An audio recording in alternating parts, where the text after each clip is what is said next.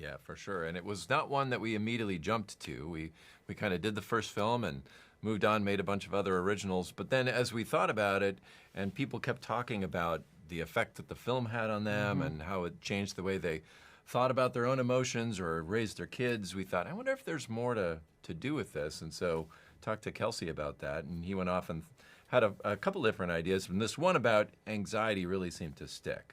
Yeah, I knew I wanted to lean into Riley becoming a teenager, because that's kind of what the last line in the first film is Joy saying, "After all, Riley's 12 now. What could happen?" And there was a whole setup of the puberty alarm that's on the console, and I knew I wanted to lean into that and have new emotions show up. And so I'm like, well, what emotions were really prevalent? Because there's lots of options of what we could do, and anxiety just felt like something that was really true to that age and something that I could relate to. And it was actually something, too, that a lot of teenagers were dealing with, especially at that time. When I started, that was January of 2020, and anxiety was already on the rise in teenagers, especially teenage girls at that time. And then we went into the pandemic, and then it just went up for not only in teenagers, but in adults, too. And how did you design the character of anxiety? Because I feel it like it's much more alike to joy than to fear. Like, it's very bossy, it's very active, and so I was wondering how you design it.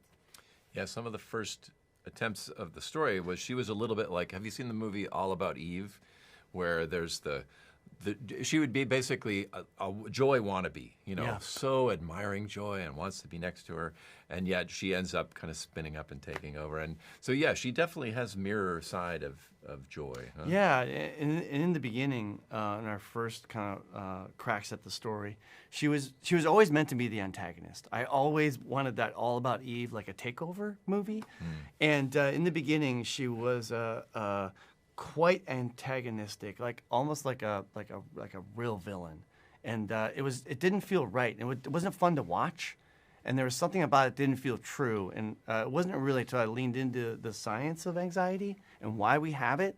It's really there to help protect us. Yeah, we think of it as all negative, but yeah, it's there to help. Fear is the feeling you get of a known threat. Like you see a tiger, you're like, there it is, I feel fear. Anxiety is the fear of a perceived threat. You're like, there might be a tiger around that corner. There might be one there. There might be, you know what's better? Just assume that they're all tigers, and then we'll be safe. But that can be really, it can overwhelm you, debilitating. And it can go too far, which is really what this movie is about, is having anxiety take over and learning how to best manage it. So both of you have been working for Pixar a fair amount of time. Have you seen any change in the stories it chooses to tell or the themes tackled? Yeah, I started 33 years ago when everything we did kind of looked like plastic. And we thought, well, let's make a movie with the characters that look like plastic, that are made out of plastic. So Toy Story. And it was a struggle for the first number of films. A lot of times we would have these things that we were like, we want fur for Monsters, Inc. or water for Nemo. Oh, boy, these are really hard. Now we're to a place where we can kind of do anything. It's more about what's appropriate for the story. So that's been one change, is the technical advances are just amazing. The other thing, story-wise, that Pete was really great on this movie is, like, making sure that we're not just doing the same thing again. Like, hey, we always do that in a lot of our stories. What if we went the opposite way? So you really pushed us to try to do something kind of different, After 27 movies, it's hard to find stuff that we haven't done already. How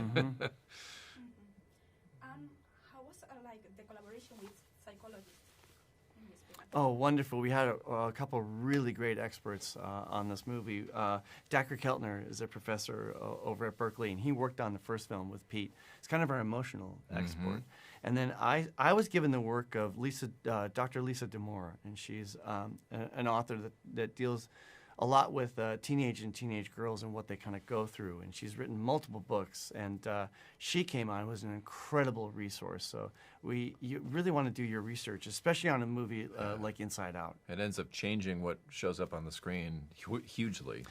I got a good example, like when fear is bottled up, when all the emotions are bottled up, he has a line where it's like, we are suppressed emotions. And they were like, no, that needs to change. They're like, technically, it's not suppressed. Yeah, It's no, what was it? I think now I can't remember which one's right. I think it is suppressed now. Now it's suppressed. We had repressed. Yeah, right. And they're like, no, actually the clinical term is the opposite. Yeah. So we went back. I was actually already animated. We went back and changed it to make sure it's accurate. But even just understanding, like, what is the root of all these emotions? What are they trying to do? Disgust keeps us from being poisoned, either physically or socially. Yeah. So she's constantly judging and assessing.